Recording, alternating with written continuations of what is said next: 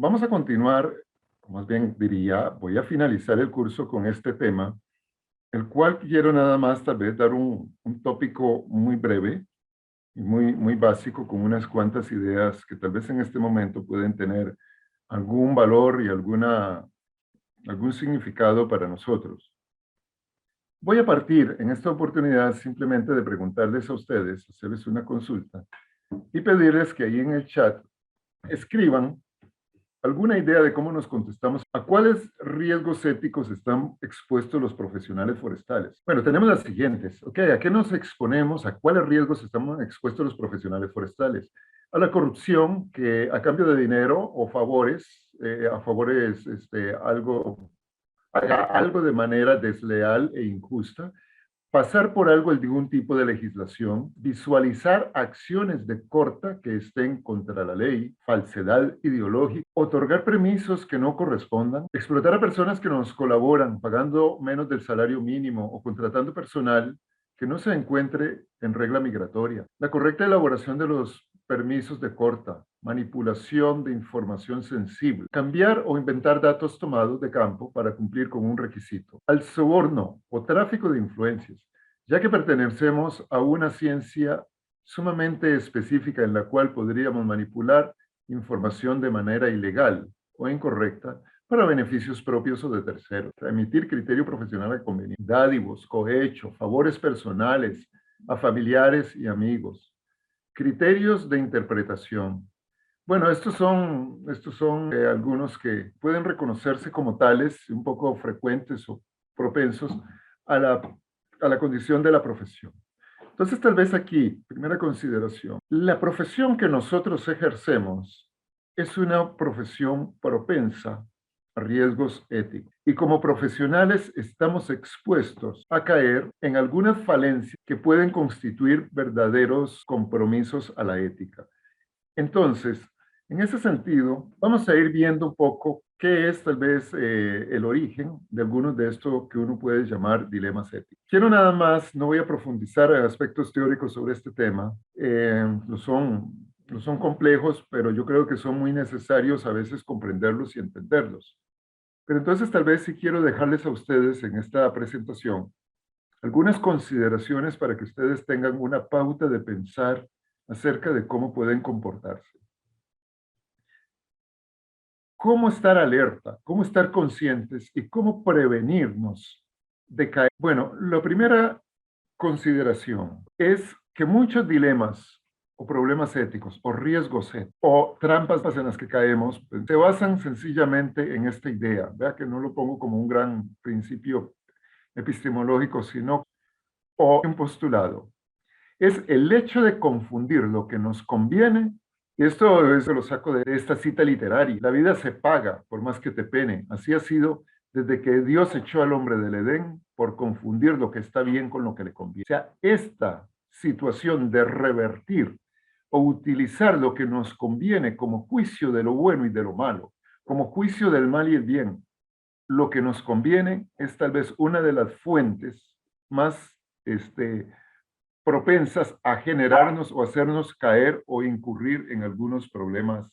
Otra consideración, otro factor, es tal vez la tensión que se produce entre unos determinados principios que son parte tal vez de la formación profesional que tenemos y de una posición de poder. La profesión que ustedes estudian es una profesión que tiene una serie de postulados. Ustedes aprenden a trabajar con un cierto rigor científico o con un rigor técnico, a trabajar basados en buenas prácticas de manejo, buenas prácticas de aprovechamiento, buenas prácticas para todo, para prácticamente todo, así en distintas disciplinas, ya sean las puramente técnicas productivas forestales o en aspectos tal vez de economía, contables y una serie de cosas más. En general, ustedes se están formando con buenos postulados técnicos, científicos, profesionales, etc. Y mucho de eso marca lo que define el cómo debemos actuar como profesionales, cómo debemos proceder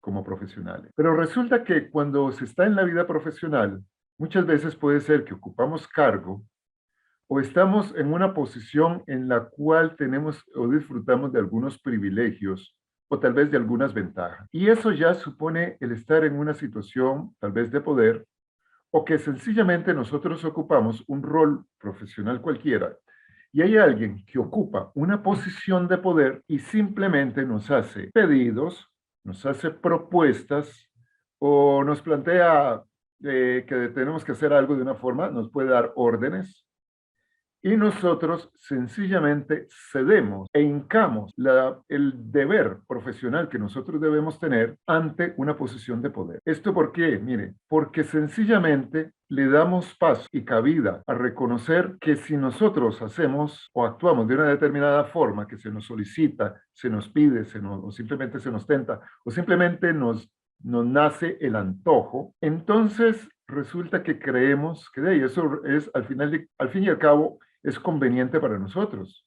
Tal vez es una posición, una alternativa, una propuesta o que me hace acceder a unos determinados privilegios. Entonces, eso es lo que produce desbalance entre el ejercicio de la profesión y el deber, simplemente por una posición relacionada con una situación de poder. Ahora bien, si ustedes miran entre esto y lo anterior, confundir lo que está bien con lo que nos conviene, vea que aquí está la palabra conveniencia. Y es aquí donde nos podemos ver tentados, que en muchas situaciones de nuestra vida profesional nosotros estamos propensos a confundir lo que está bien con lo que nos conviene, lo que es correcto de la profesión con lo que nos conviene. Entonces dejamos de prestarle primacía a esos principios relevantes, a esas buenas prácticas, a esos criterios de razonabilidad, para hacer o acceder a algo que sencillamente nos conviene. En una oportunidad me decía por ahí un estudiante, oye, pero vieras que cuando estaban esto de los famosos índices de fragilidad ambiental, que sencillamente les habían solicitado modificar unos IFAs para lograr una cuestión que tenía que ver con la autorización de un permiso para poder acceder a un uso de la tierra. Y la cuestión que planteaba era, pero ¿cómo le digo que no yo al jefe? Bueno, la respuesta es clara. ¿Quién es el profesional? ¿Él o usted? ¿Quién es el que tiene el dominio, la competencia profesional que tiene que ver con la determinación e interpretación de esos índices de fragilidad ambiental? ¿Es él o usted? Entonces es aquí donde nosotros necesitamos recurrir a un elemento adicional. Ahorita le haré la referencia. De momento, ¿qué es lo que nos expone esta fragilidad? Nos expone justamente a una situación como la del caso de corrupción que estamos viendo y viviendo en el país. Es el caso de Meco, Casisa y H. Solís, ¿verdad? Con estas destapadas casos de corrupción. Y aquí lo que es interesante es que lo que han salido es claramente es quiénes han sido los corruptores. Porque por lo general, cuando salen a la luz los problemas de corrupción o los temas de corrupción, salen sobre el funcionario público y salen sobre quién se corrompió. Pero no siempre se hace justamente el tratamiento propicio sobre quién es el corruptor. No siempre se busca el corruptor y se sanciona el corruptor adecuadamente. Entonces, este detalle, miren, jóvenes, y esto es algo que tiene que ver con este punto de la posición de poder, la conveniencia y los privilegios en contra o a pesar del deber de la profesión. Y mire lo que dice el caso. O sea, el expediente, hay una cita aquí, saco esto del periódico Universidad, Semanario Universidad. Sí, el expediente narra que el encargado del laboratorio de calidad, ITP, Óscar Martínez, junto con Salamanca y Zamora, dice, entregarán dávidas y realizarán promesas de retribución en favor de los técnicos de laboratorio de calidad de Cassis. Resalto, de los técnicos de calidad, de los profesionales. ¿Ya? Ahí menciona que no están identificados aún, a cambio de que estos manipularan las muestras y ensayos e insertaran información falsa y favorable para MECO en los informes de supervisión. Entonces vean aquí lo destapado, lo abierto, voy a decir tal vez lo descarado, que es justamente la manipulación. Pero aquí la gran pregunta, como un profesional no tiene la capacidad de decir, no, yo no manipulo ni agrego información falsa, ni voy a firmar informes o no me voy a ser responsable o cargo de informes que presenten información falsa. Con esto paso sencillamente, jóvenes, a decirles, bueno, pero entonces, En este mundo de los negocios, ¿cómo tenemos que ver la ética? ¿O cómo tenemos que manejar la ética? Bueno, no voy a desarrollar este tema, nada más voy a presentarles a ustedes unas 3 situaciones que pueden pasar o que suelen pasar en las empresas en materia de la ética. Y cómo tal vez las empresas a veces lo abordan, pero no lo abordan necesariamente de la mejor forma. Y aquí quiero hacer referencia a 3 maneras de ver, de abordar la ética en el mundo de los negocios. Nada más para hacer una consideración, es que cuando se habla de ética hay un trasfondo de lo moral, y lo moral tiene que ver con las prácticas, las acciones concretas. Es el accionar cotidiano. La moral son sencillamente las actividades, las acciones, las cosas que hacemos. Recordemos que la ética es el planteamiento filosófico acerca de lo que es la moral. Apunta o en reconocer qué es lo que nos está prohibido. Entonces, qué cosas como funcionario público, como profesional, qué cosas me están prohibidas a mí en el ejercicio de mi profesión o en el ejercicio del cargo que yo ocupo. Es decir, cuáles son aquellas cosas que yo como profesional no puedo hacer porque caigo tal vez en una acción delictiva o simplemente en un sancionamiento ético, digamos, en un trasfondo de moralidad de algo que yo no debería hacer. Segundo, ¿qué es lo que me está permitido hacer? ¿Qué cosas se me permiten? Tal vez no es obligación mía hacerlas, pero puedo hacerlas. Tal vez nadie me las está mandando a hacer, pero puedo hacerlas. Entonces hay un ámbito dentro de mi trabajo profesional o el ejercicio de mi profesión, las funciones de mi puesto, las acciones en mi trabajo, que yo puedo emprender, digamos, muchas acciones. Pero entonces yo tengo que ser consciente de qué cosas están, por ejemplo, dentro de mis tareas, en mi en mi contrato, por ejemplo, en mi perfil profesional o en el perfil de mi cargo, del cargo que ocupo, qué cosas están mandadas como tareas, responsabilidades que tengo que asumir y qué otras puedo asumir, pero que nadie me las está pidiendo, pero tampoco me están prohibidas. Y luego lo otro es qué es lo que está mandado, es decir, qué es lo que no debo dejar de hacer ni de atender, que es parte de mi responsabilidad asumirlo y desarrollarlo. Bien, esas son cosas que más o menos en los mismos contratos laborales más o menos se expresan. Y en la cultura de trabajo de la organización se modelan estas cosas. Entonces uno como que si no la tiene listadas o publicadas, pues uno las intuye y las llega a dominar en el ambiente de trabajo. Ahora bien, ¿qué pasa entonces? Decía, en las empresas hay maneras de abordar estos asuntos de la ética, sobre todo en los temas de negocios. Pero nada más quiero decirles 3 formas en que a mí me parece que son equívocos. Me amparo en buena parte para esto de un autor que es apellido Munding. Lo primero es depositar el tema de la ética en el marco normativo, en normas y reglamentos. ¿Esto qué quiere decir? La empresa dice, nosotros tenemos una serie de reglamentos internos y esos reglamentos hay que cumplirlos. Si usted los cumple, lo podemos considerar como una persona ética, pero si falla el reglamento, falló a la ética. Digamos que así de sencillo. Y eso pues para todo tipo de reglamentos laborales, reglamentos de reconocimiento humano interno, reglamentos sobre manejo de recursos, reglamentos de viáticos, o sea, todo tipo de reglamentos. Y también, mucho más avanzadamente, algunas empresas constituyen un código de ética.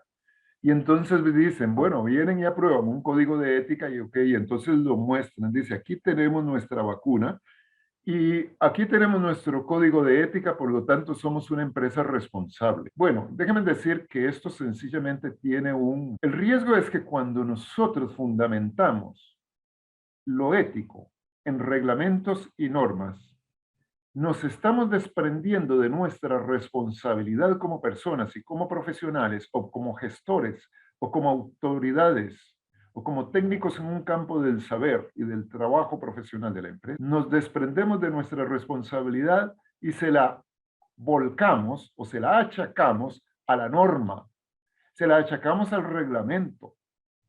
Y entonces usted puede caer en el mayor acto de, voy a decir, hasta de corrupción o cualquier tipo de cosa, y usted dice, es que eso las normas no me lo prohíben. Y como la norma no me lo prohibió, yo simplemente acepto, ¿verdad? Entonces vamos a ver, subordino mi conducta a que como en la norma no está o no aparece, entonces yo me lavo las manos, me limpio y hago lo que me conviene y no voy a decir lo que está bien en términos de principios profesionales. Y este es justamente uno de los riesgos, porque muchos tienden a analizar la normativa, los reglamentos, las leyes, desde el punto de vista literal de lo que dice la letra. Si está escrito en blanco y negro, la letra habla, y lo que la letra dice, las palabras blanco y negro, lo que está escrito, está escrito. Y eso hago.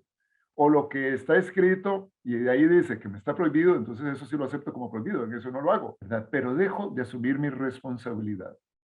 La otra cosa es que si no tomo las normas al pie de la letra, yo podría tener la potestad de adaptar la norma a distintas situaciones. Esto en cierto modo tiene una ventaja porque le da cierta flexibilidad a la persona que toma decisiones para a veces juzgar cuándo aplicar estrictamente una norma o cuándo puede reconocer que hay factores de vulnerabilidad que la norma tal vez no contempla o la norma sanciona, pero que uno puede decir es que por situaciones de justicia. Hay un trabajador nuevo, está recién incorporado, todavía no conoce todos los aspectos, no está en la obligación de saber toda la normativa interna.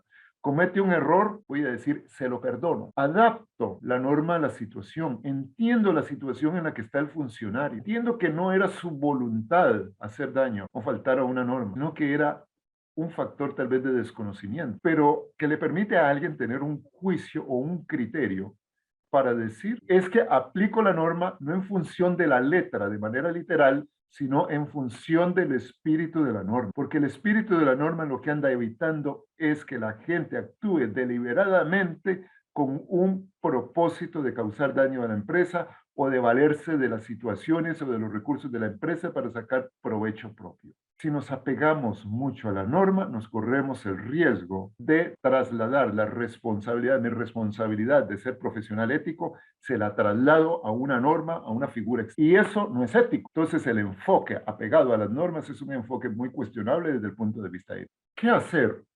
¿Qué hacer entonces? Bueno, lo primero, jóvenes, es entender que la ética y la responsabilidad de la ética está en las personas, está en mí como profesión, no está en la norma. Entonces, que yo siempre tengo que asumir la responsabilidad de forma personal por mis actos y mis decisiones. Me amparo y me respaldo en las normas para tomar decisiones, pero la posición ética y la responsabilidad sigue siendo mía. Y la otra cosa, jóvenes, es la importancia de comportarse con rectitud. Es decir, compórtese éticamente siempre, con buena atención a lo que se pueden considerar buenas costumbres, buenas prácticas morales, desde el punto de vista profesional. ¿Cuáles son las buenas prácticas que un profesional debe ejercer? Compórtese coherentemente con normas y principios profesionales, aun cuando imagínese que no existe la norma. O sea, que no tenga que existir una norma que me obligue a hacer algo o que me prohíba hacer algo para yo ser capaz de ser lo suficientemente recto y comportarme de acuerdo con los principios profesionales, con los principios de las buenas prácticas de gestión profesional. Eso es más relevante y más importante. Preste atención a esto, jóvenes, y verá que en la medida en que ustedes actúan de esta manera, evitan caer en el equívoco, estarse agarrando de normas y justificándose en normas para encubrir falencias éticas y morales. La otra fragilidad, falencia, en la que incurren las empresas es tratar la ética como una variable estratégica. Muy bien, supónganse ustedes que en el plan estratégico este que hicieron hubieran escrito un objetivo acerca de ética. Muchas veces se le da a la ética simplemente o se le entiende o se visualiza la ética como un segmento de mercado. Es que hay gente que es muy ética, y lancemos productos orientados a la gente que es más ética.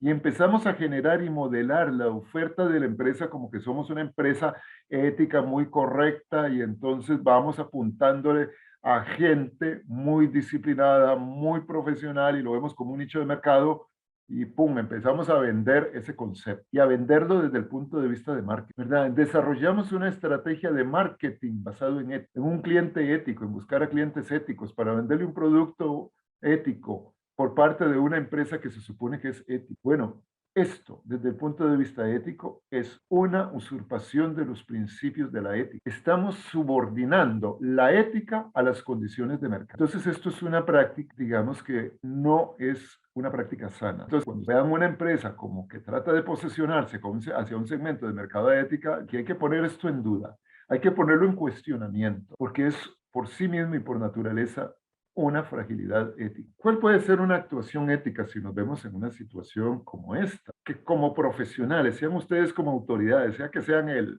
gerente general de una empresa, el presidente de la junta directiva, o que son simplemente el profesional forestal en el cargo que ocupen. Tal vez pueden estar ocupados de la producción de un vivero o pueden estar ocupados a cargo del departamento de ventas de una mueblería o lo que sea. Pero en el fondo es que su actuación, cuando digo su actuación, tiene que ver con las maneras de tomar decisiones, con la forma de decidir y con la forma de relacionarse con los colaboradores, la forma de relacionarse con los clientes, la forma de relacionarse con los proveedores, que se base y se fundamente siempre en principios de convivencia social, ¿verdad? En el respeto al bien común, en el respeto a las demás, un principio de humanidad. Respete a la otra persona como persona diferente de usted, reconociendo que somos distintos. Okay, respete a la otra persona. Digamos, esas son cosas tan básicas, tan fundamentales, pero son justamente sumamente centrales. ¿Por qué? Quien trata con una persona que actúa de manera coherente, con principios de convivencia social, voy a decir, primero se gana la admiración del resto. Se gana el respeto. Y si forma parte de una empresa, entiende que esa empresa es una empresa donde trabaja gente respetable, es una empresa donde trabaja gente responsable. Entonces, y ahora sí, desde el punto de vista de las acciones que uno puede realizar dentro de una empresa o dentro de una organización, es justamente alimentar o realimentar o reforzar, fortalecer los principios y valores que se consideran comunes y relevantes dentro de la organización, reforzarlos y fortalecerlos entre los equipos directivos, los equipos gerenciales, los diferentes cuadros, mandos medios, etcétera, y también en los colaboradores, reforzar cuáles son los valores compartidos de la empresa. Esto ayuda a generar una cultura dentro de la organización, voy a decir que resulta un clima de trabajo sumamente positivo y sumamente sensible. La semana pasada yo decía que la cultura de una organización, quien viene de afuera es el primero que la siente. Bueno, que quien viene de afuera va a sentir, voy a decir, va a sentir y va a respirar que ahí hay una buena empresa. Entonces no ocupa esto del marketing ético, no lo ocupa. ¿Por qué? Porque la gente que está dentro es la que está construyendo y ganándose y generando ese clima que permite a la empresa hacerse acreedora y ganarse la credibilidad de que es una empresa responsable y que es una empresa donde se cultivan buenos principios, buenos valores. Y aquí, ¿verdad? Entonces nada más lo que quiero es un poquito recalcar esa idea en el sentido que tengan presente lo siguiente. Cuando ustedes se forman y se gradúan con una profesión, ustedes salen con una investidura profesional. Llevan consigo todo el bagaje de conocimientos, de información relacionado con principios científicos, con fundamentos legales, con fundamentos económicos, con consideraciones de convivencia, con buenas prácticas para muchas cosas, con claridad de cómo proceder adecuadamente bien para no causar daños ni al ambiente, ni a los materiales, ni a las materias primas, ni al ambiente de trabajo, ni a las personas que trabajan con nosotros, ni a los usuarios, ni al cliente externo, ni a nadie, ¿verdad? Trabajamos bajo premisas y condiciones de seguridad para no dañar. Muy bien, eso es lo que ustedes llevan, ese es su capital profesional, ¿verdad? Pero cuando nos vemos tentados con fuentes de poder que tal vez nos ofrecen, y es aquí donde nosotros podemos sucumbir a esto, a condiciones de interés político, a condiciones de intereses económicos, a condiciones de ventajas que ofrecen los puestos. Y aclaro, ustedes a la larga o nosotros podríamos en determinado momento andar buscando esas cosas. Quiero un puesto político, quiero mayores ingresos, quiero gozar y disfrutar de ventajas en un puesto que me ofrece mejores condiciones de trabajo, o que me ofrece un sobresueldo, o que me ofrece cualquier, digamos, cualquier plus salarial o cualquier beneficio adicional.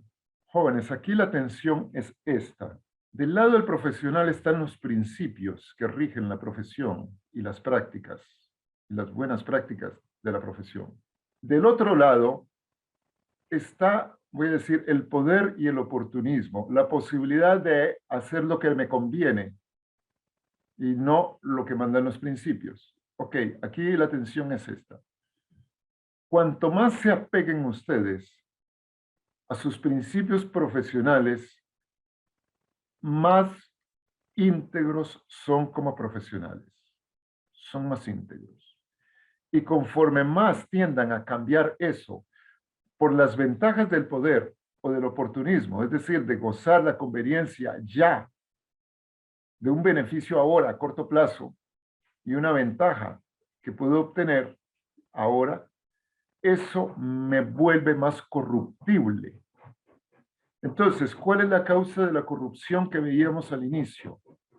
Con esta noticia y esta situación de corrupción a nivel nacional.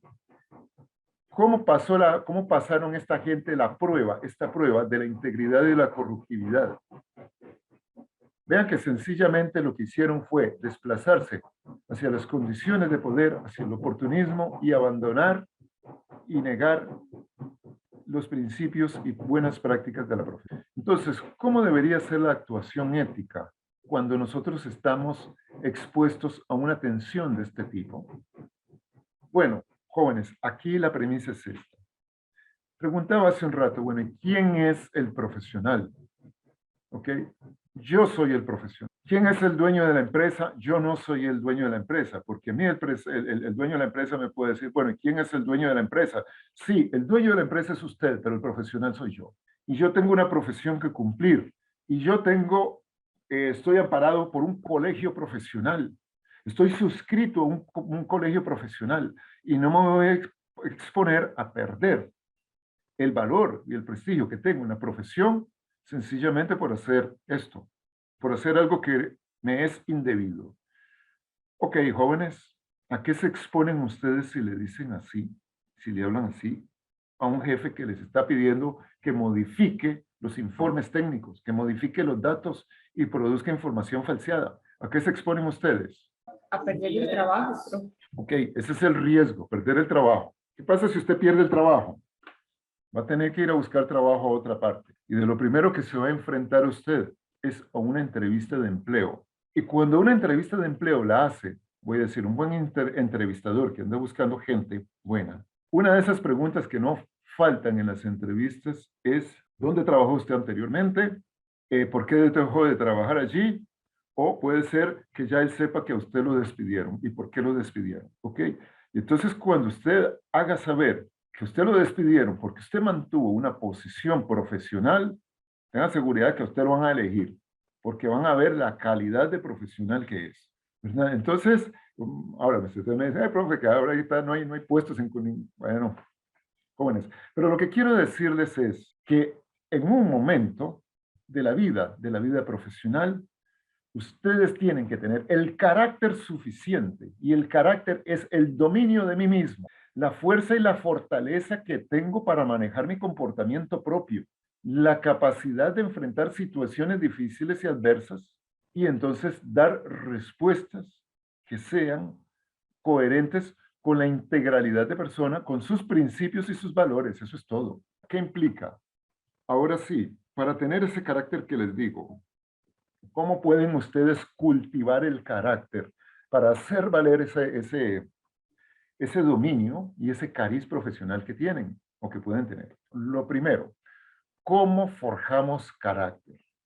¿Cómo forjamos carácter? El carácter se forja, se desarrolla, pero es importante, uno, vacunarse y desarrollarlo con cosas como lo siguiente. Uno, aprender a ser capaz de aceptar errores, críticas y llamadas de atención, porque si a nosotros no nos hacen críticas, no nos hacen ver nuestros errores, si no nos llaman la atención, si no nos exponemos a eso, nosotros vamos a creer que muchas de las cosas que hacemos son normales, y eso de hacer cosas normales, que no andan muy bien hechas, nos lleva al camino de la corruptibilidad. Ahora, ¿qué pasa? Que hay gente que le molesta que le hagan ver sus errores. Hay gente que se enoja si lo critican. Hay gente que no le gusta que le llamen la atención y uno, si se expone a estas cosas, desarrolla carácter y además desarrolla un mayor sentido, voy a decir, de conciencia propia, pero también desarrolla una sinergia interna, una capacidad de recuperarse más frente a esas falencias que uno puede tener. Otra consideración, jóvenes, es no personalizar. En ese sentido, conectado con lo anterior, si alguien les critica, váyanse con el problema y no con la persona. Váyanse a reconocer la debilidad propia y no simplemente en decir que este fulano es que me la tiene entre ceja y ceja, ¿verdad? Entonces, muchas veces, en lugar de ver estas oportunidades de mejorar nuestro propio carácter, nosotros lo que hacemos es personalizar, satanizar a la otra persona, verlo como enemigo, un contrincante, ¿verdad? Y buscarle la forma luego de serrucharle el piso, ¿verdad? Si nosotros personalizamos, caemos en un vicio, voy a decir, en un vicio degenerativo o en un círculo vicioso que resulta profundamente degenerativo de relaciones y sobre todo que destruye el propio carácter. Vale decir, es un boomerang porque se destruye uno mismo, se amarga la vida y se amarga la profesión, se corre el riesgo de deteriorar la calidad de profesional que somos. Y lo tercero es, aprenda a escuchar la conciencia y no al ego. A veces la conciencia nos hace ver nuestras propias fallas y nuestra propia falencia. Y a veces el ego propio no admite crítica. El ego propio, ese diablito que tenemos dentro, o ese sobreyoísmo, ese creer que yo soy bueno y yo soy muy importante, yo valgo mucho y todo lo demás, lo inflo tanto que termino por no aceptar ninguna crítica, ninguna observación, ni aceptar cualquier llamado de la conciencia que me dice, mire, Ronald, metiste la pata. Entonces, en estos jóvenes, a veces hay gente que no acepta, y no hay forma de que acepte que cometió un error. Y estos jóvenes son cosas, si las cultivamos, nos llevan un poco por el camino de volvernos propenso a la corruptibilidad o a la corrupción al final del día. Bien, en conclusión, dentro de negocios, el tema ético, yo creo que importante es reconocer que no es una imposición de política de empresa, sino de las personas, las que tenemos la responsabilidad de la construcción ética de la organización. O sea, esto quiero decir, la ética de la organización no viene por mandato, no viene por norma, no viene por reglamento necesariamente, sino viene por el actuar de las personas, va de adentro hacia afuera, de mí hacia mi colega de a la par y de ahí vamos tejiendo en red. Segundo, es fundamental desarrollar un sentido de responsabilidad y tomar decisiones y unas formas de actuar y de comportarse basados en principios y valores de convivencia humana o de humanidad, de respetar a las demás personas, reconocer a las demás personas como diferentes. Recuerden que la empresa, muchas veces lo he dicho en diferentes cursos, una organización son personas, una empresa son personas que trabajan con una serie de recursos en pro de un mismo objetivo o de un objetivo común. Entonces, la construcción ética de la organización es responsabilidad, tarea y ejercicio de las personas que somos la empresa. Y bueno, sencillamente es importante entender que la ética organizacional entonces es eso, ¿verdad?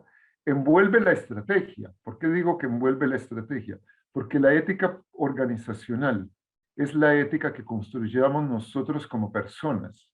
Es decir, si nosotros ponemos en práctica ese tipo de principios y formas de actuar, entonces habremos construido una ética organizacional. Y entonces nuestra organización va ahora sí a estar estampada de un espíritu ético, pero no porque esté escrito en normas, ni mucho menos en una estrategia, sino porque todo lo que hagamos dentro de nuestra empresa va a estar guiado por esos principios éticos a los que nosotros pues sencillamente pues aspiramos.